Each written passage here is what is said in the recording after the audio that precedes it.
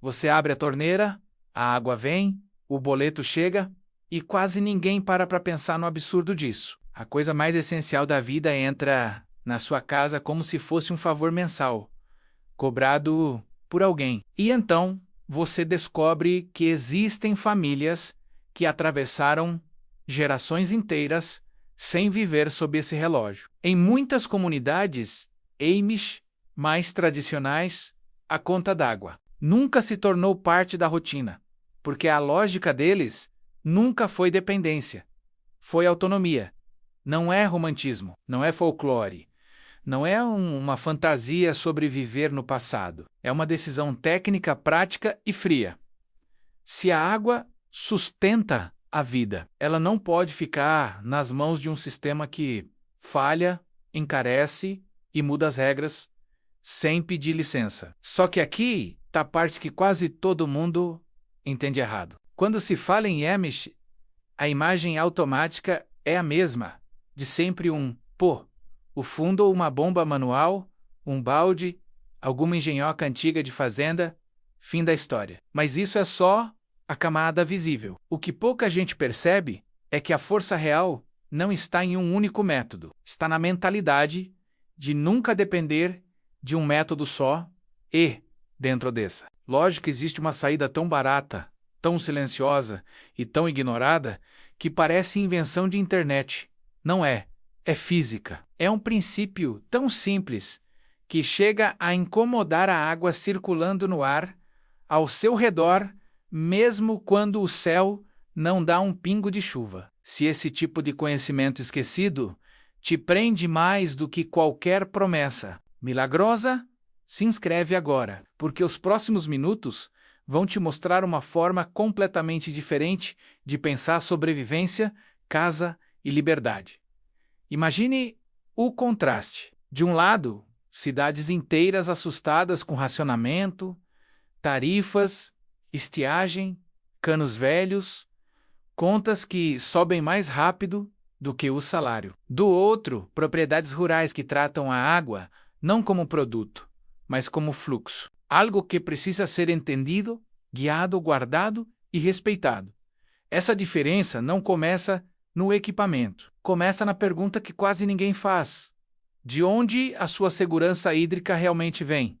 Da companhia, do encanamento, da pressão no cano ou da sua capacidade de captar, armazenar e proteger a água antes que ela vire dependência? É aí que entra o chamado segredo de $12. E antes que alguém imagine uma fraude de anúncio barato, vamos colocar as coisas no lugar certo. Não existe milagre. Não existe painel mágico que produz rios. Não existe truque que substitui toda a infraestrutura de uma cidade em qualquer clima do planeta. O que existe é uma estrutura passiva, absurdamente simples, capaz de colher um recurso que a maioria ignora todos os dias. A umidade do ar, em vez de esperar a chuva cair ou de cavar mais fundo no solo, esse método trabalha com o que já está suspenso à sua volta. Invisível, constante, subestimado. Todo mundo já viu esse fenômeno sem perceber o tamanho da lição. O vidro gelado, que fica coberto de gotinhas num dia quente.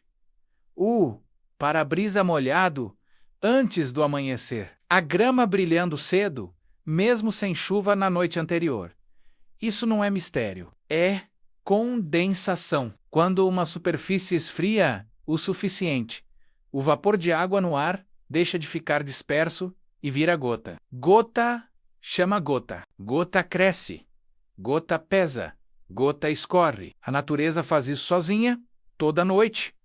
Sem pedir licença, sem motor, sem assinatura, sem mensalidade. O que algumas famílias rurais aprenderam muito antes da obsessão moderna por tecnologia foi o seguinte: se você dar ao ar a superfície certa, na posição certa, na hora certa, ele entrega água. E é por isso que esse sistema custa tão pouco, porque ele não depende de peças sofisticadas. Você pode montar algo funcional com uma malha de sombreamento ou tela fina, alguns tubos de pressão venosa central, abraçadeiras e uma calha simples para a coleta. Nada glamuroso, nada que impressione numa vitrine, mas esse é justamente o ponto. O poder desse método está na humilhação silenciosa que ele impõe ao pensamento moderno. Nós nos acostumamos tanto a soluções caras que desaprendemos a respeitar soluções corretas. A montagem, em essência, é quase ofensiva, de tão simples. Uma moldura leve, uma tela bem esticada, uma inclinação pensada para que as gotas desçam, em vez de ficarem paradas, embaixo, uma canaleta para receber o que escorre. Só isso. O trabalho real não está em parafusar peças.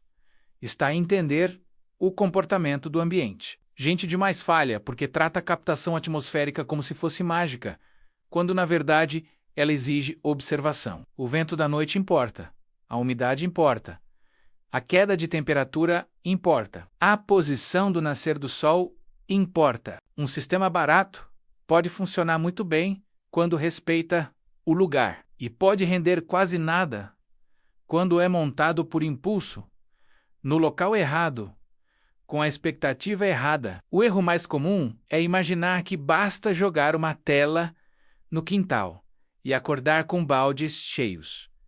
Não funciona assim. Se a malha ficar frouxa demais, a água acumula em pontos mortos, evapora ou pinga para fora do coletor. Se a estrutura ficar reta demais, as gotas não percorrem o caminho com fluidez. Se ficar exposta ao sol logo no começo da manhã, o aquecimento corta a condensação cedo demais. Se for colocada em um trecho abafado, sem circulação de ar, ela perde eficiência.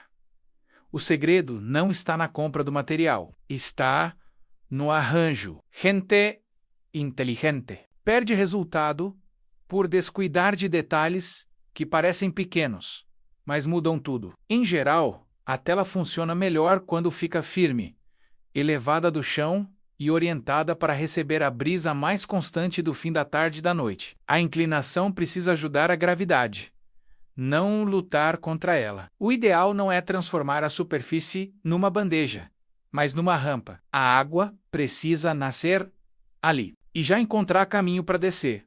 Parece detalhe. Não é em sistemas passivos.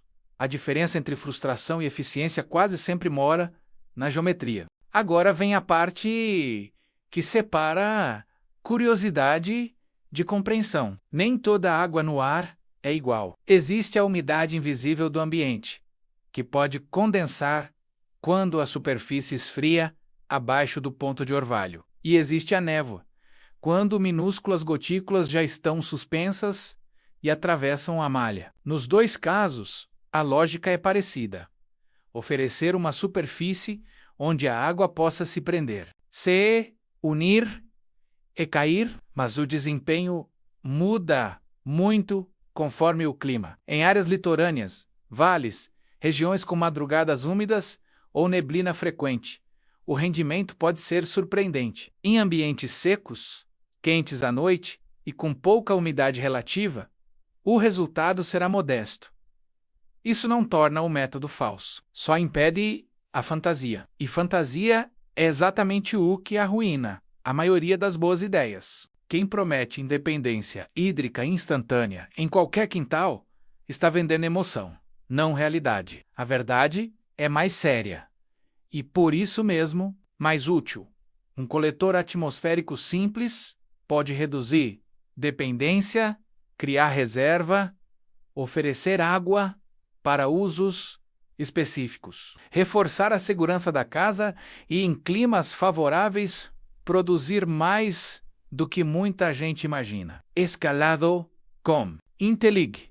NSA, ele deixa de ser experiência e vira sistema, mas só quando é tratado com honestidade. É aqui que a filosofia Amish faz mais sentido do que qualquer fetiche visual sobre carroças e lamparinas. O que sustenta esse modo de vida não é a recusa infantil do novo, é a disciplina de adotar apenas o que preserva autonomia, trabalho e continuidade. Se um poço atende, Ótimo. Se uma cisterna complementa, melhor ainda. Se uma bomba sem dependência da rede resolve, ela entra no jogo. E se a atmosfera pode oferecer uma coleta passiva em noites favoráveis, isso não é visto como curiosidade excêntrica. É visto como redundância inteligente. Gente que entende fazenda de verdade, sabe. O sistema seguro não é o sistema mais bonito. É o sistema que continua funcionando quando o resto falha. Por isso, o segredo não está só no coletor de $12. O segredo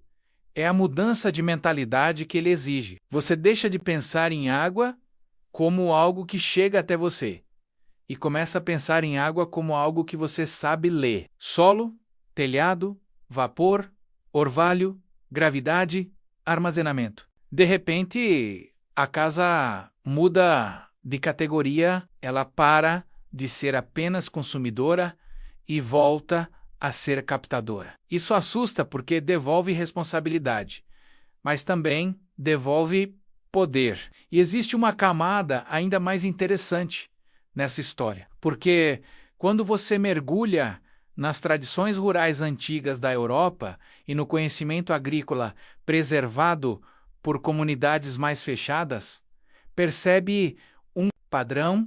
Sempre que possível, eles evitavam depender de um único caminho. Não bastava ter uma fonte. Era preciso ter uma segunda saída. E, às vezes, uma terceira. Essa mentalidade produziu soluções que hoje parecem improváveis, só porque nós nos afastamos demais da matéria-prima do mundo real. Uma dessas soluções passa pela lã crua. E aqui é importante entender, sem exagero, lã não é torneira, lã não é filtro milagroso.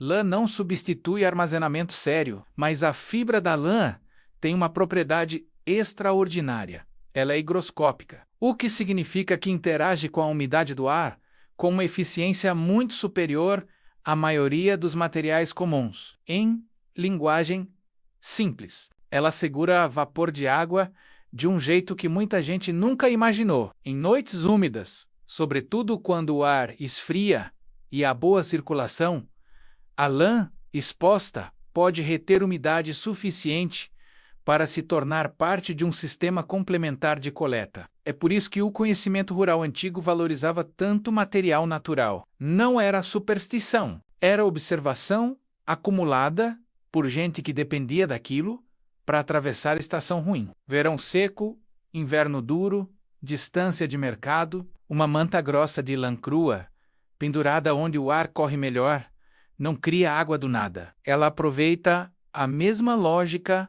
invisível da atmosfera carregada de vapor. Depois, o que foi absorvido pode ser espremido e encaminhado para filtragem e fervura antes do consumo. Não é um truque para vídeo curto. É uma peça extra dentro de um pensamento maior. Nunca desperdiçar a oportunidade que o ambiente oferece. E aqui aparece a revelação que realmente muda a conversa. O objeto de $12 não é o centro da história. Ele é só a porta de entrada. O centro da história é perceber que a maioria das pessoas perdeu a alfabetização básica da água. Sabe pagar, sabe abrir a torneira, sabe reclamar da conta, mas não sabe observar neblina, drenagem, ponto frio, superfície, armazenamento, horário, vento, material. Não sabe onde a água nasce, por onde ela escapa, o que a faz condensar, o que a contamina, o que a preserva. Comunidades mais autônomas conservaram isso não porque queriam parecer antigas, mas porque abandonar esse saber significaria ficar vulneráveis. Quando uma família aprende a captar água da chuva, proteger o poço, manter reserva, usar sistemas sem dependência total da rede e ainda entender como colher umidade em condições favoráveis, ela para de viver no limite da interrupção. E essa é a diferença entre conforto e segurança. Conforto é ter água hoje porque tudo está funcionando. Segurança é ter água mesmo quando alguma coisa para de funcionar. É por isso que esse tema mexe tanto, porque ele toca numa fraqueza moderna que quase ninguém gosta de admitir. Nós terceirizamos o essencial, comida vem embalada, luz vem do interruptor, água vem do cano. E então, esquecemos o preço psicológico dessa conveniência. Quanto menos você entende da base da sua própria sobrevivência, mais caro qualquer interrupção parece. Mais medo ela produz. Mais poder você entrega. Mas existe uma boa notícia nisso tudo. Recuperar esse conhecimento não exige abandonar o mundo, vestir outro século ou transformar a casa numa vitrine de vida rústica. Exige atenção. Exige teste. Exige humildade para aceitar que antes de comprar equipamento sofisticado, talvez você precise reaprender a observar o que acontece no seu terreno entre o entardecer e a manhã, onde o ar esfria primeiro, onde o orvalho aparece mais forte, qual face recebe menos sol cedo, onde a brisa cruza com regularidade, onde a água se acumula, onde ela some. Se você fizer isso, o suposto segredo deixa de ser mistério e vira método. Você percebe que a tela barata funciona melhor do que muita gambiarra, cara, porque coopera com a física. Você percebe que pequenos ajustes de posição rendem mais do que comprar material novo. Você entende que a água mais preciosa nem sempre é a que corre mais forte, mas a que continua disponível quando o sistema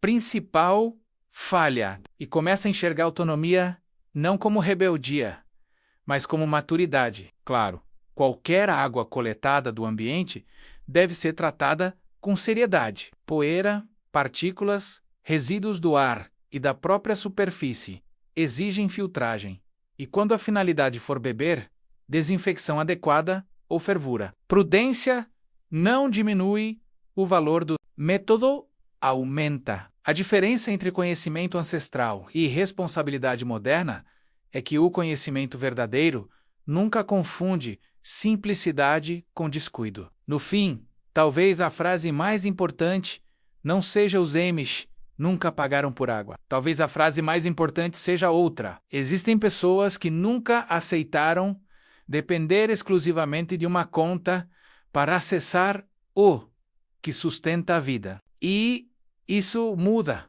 tudo, porque uma vez que você entende essa lógica, o coletor de $12 deixa de ser um hack curioso e vira símbolo de algo muito maior. Um lembrete de que liberdade, quase sempre, começa onde a maioria das pessoas parou de prestar atenção. A água não desapareceu. O conhecimento é que foi soterrado por comodidade, pressa e esquecimento. E quando você retira essa camada, enxerga uma verdade desconfortável e poderosa ao mesmo tempo. Talvez a saída mais inteligente para o futuro não esteja em inventar dependências novas, mas em recuperar competências antigas, testar com rigor o que funciona no seu clima e construir A por P. Há uma casa que não entra em pânico diante da próxima falha. É isso que torna essa história tão forte. Não é sobre nostalgia, não é sobre imitar ninguém, é sobre reconhecer que há uma diferença brutal entre viver abastecido e viver preparado. Quem entende essa diferença nunca mais olha para o orvalho da manhã como antes. Nunca mais vê a névoa apenas como paisagem. Nunca mais trata uma conta de água como se fosse a única porta possível entre a vida e a sede. E esse é o verdadeiro segredo, não o material, não a moldura, não a calha. O segredo é perceber que a natureza já está produzindo sinais, fluxo e oportunidade ao seu redor todas as noites. A maioria passa por isso dormindo. Alguns poucos aprenderam a acordar antes do mundo e recolher aquilo que os outros nem perceberam que existia.